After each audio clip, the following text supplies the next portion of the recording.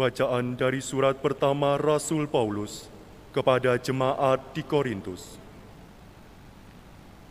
Saudara-saudara, coba ingatlah bagaimana keadaanmu ketika dipanggil.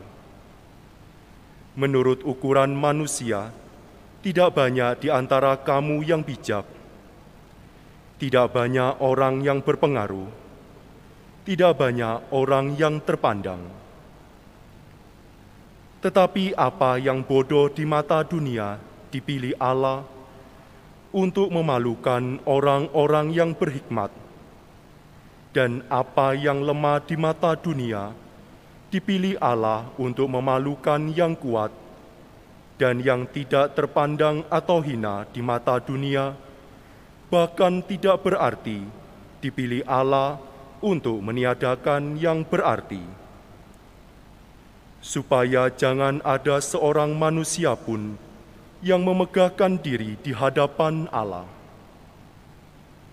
Tetapi Allah telah membuat kamu berada dalam Kristus Yesus, yang oleh Dia Kristus telah menjadi hikmat bagi kita. Dialah yang membenarkan, menguduskan, dan menebus kita. Karena itu, seperti ada tertulis, barang siapa bermegah, hendaklah ia bermegah di dalam Tuhan. Demikianlah sabda Tuhan.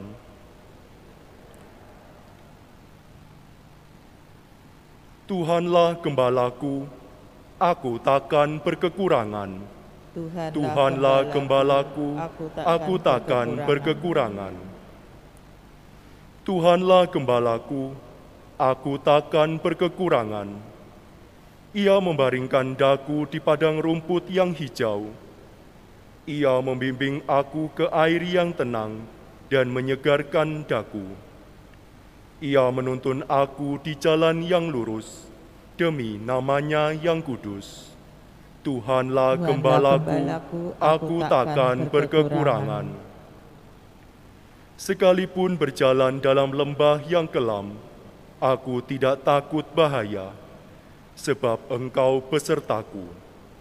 Tongkat gembalaanmu, itulah yang menghibur aku.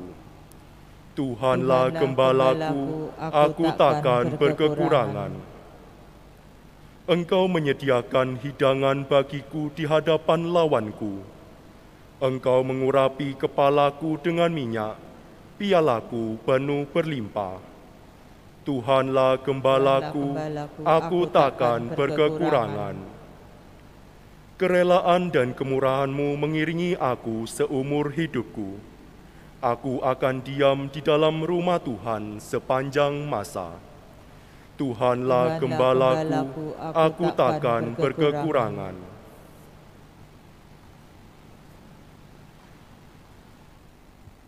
Haleluya, haleluya, haleluya,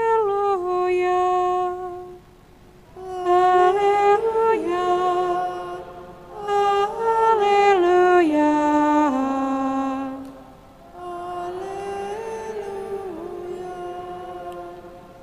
Dalam diri Kristus Allah mendamaikan dunia dengan dirinya, dan mewartakan warta perdamaian kepada kita. Haleluya, haleluya, haleluya. Tuhan bersamamu Dan bersama rohmu. Inilah Injil Yesus Kristus menurut Santo Matius. Dimuliakanlah Tuhan.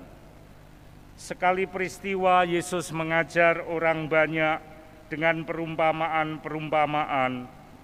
Hal kerajaan surga itu seumpama harta yang terpendam di ladang, yang ditemukan orang lalu dipendamnya lagi.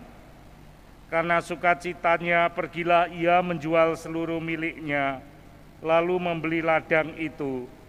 Demikian pula hal kerajaan surga itu seumpama seorang pedagang yang mencari mutiara yang indah. Setelah ditemukannya mutiara yang sangat berharga, ia pun pergi menjual seluruh miliknya, lalu membeli mutiara itu. Demikianlah sabda Tuhan. Terpujilah Kristus. Carilah Tuhan dalam ketenangan, dalam keheningan, maka engkau akan menemukannya. Saudara-saudara yang terkasih, kita mendengar setiap hari di dalam medsos, ayo mana tunjukkan Allahmu, saya tak pengen tahu. Banyak orang membicarakan Allah, banyak orang berbicara tentang Allah. Semakin banyak dibicarakan, semakin banyak diomongkan, semakin diviralkan, Allah semakin jauh tersembunyi. Pemazmur berkata, carilah Dia dalam ketenangan, maka hatimu akan tenang, kamu akan menemukan. Orang membicarakan tetapi tidak mau mencari. Bagaimana ia menemukan? Tuhan Yesus juga berkata, ketuklah pintu dibukakan, carilah, engkau dapat menemukan. Bukan bicarakan, engkau dapat menemukan, tidak. Allah hanya bisa ditemukan di dalam keheningan batin, bukan di dalam kegaduhan. Kita lihat bagaimana dalam perumpamaan hari ini, di dalam Injil, kita mendengar seorang yang mencari mutiara. Mutiara itu tidak ada di, ya semua orang akan melihat atau menonton, enggak ya. Tetapi justru mutiara itu disimpan, ya. Nyarinya aja juga susah, harus masuk ke dalam, ya, dalam laut yang paling dalam, ya. Kita melihat itu dan setelah orang menemukan, dia bersuka cita. Ya. Begitu juga ketika kita mencari, berjuang, mencari Allah. Allah yang sejati, bukan untuk dibicarakan, ya, tapi dicari. Dan setelah menemukan itu kayak mutiara itu, ya. Dan dia berani melakukan tindakan yang apapun dilakukan. Ini menurut saya orang yang menjual seluruh harta miliknya masih ngitung lagi, waduh kurang. Hanya untuk ketika dia melihat mutiara itu, seluruh miliknya dijual semua. Inilah suatu perumpamaan yang dikatakan, apakah ketika kita juga telah menemukan Allah yang sejati dalam diri Yesus, kita berani fight, kita berani terus, bahkan apapun kita berikan hanya untuk mendapatkan Yesus Kristus. Kita hari ini memperingati kemartiran seorang perawan, Santa Agnes.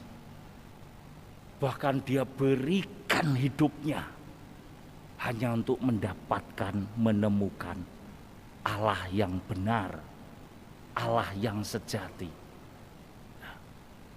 Orang bicarakan Allahmu di mana, tunjukkan, tapi tidak berani fight. Tapi tidak berani apapun dia hilangkan hanya untuk menemukan itu. Ini contoh yang jelas, ya.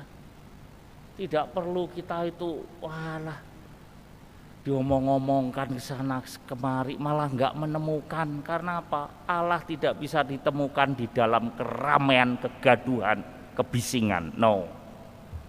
Dia hanya ada di tempat-tempat tersembunyi. Apakah itu berarti kita harus datang ke gereja, Pastor? Wong namanya aja keheningan hati. Orang datang ke gereja, gerejanya anteng gini, tapi hatinya ramai, gaduh, pikirannya kemana-mana. Siapa yang tahu? Tidak ada. Dia hanya bisa ditemukan dalam keheningan batin. Maka mari ketika kita mau mencari dia, menemukan, carilah dia dalam keheningan. Kita lihat dalam keheningan hati, tiba-tiba ketika imam berkata, inilah tubuhku. Wow, itu Tuhan.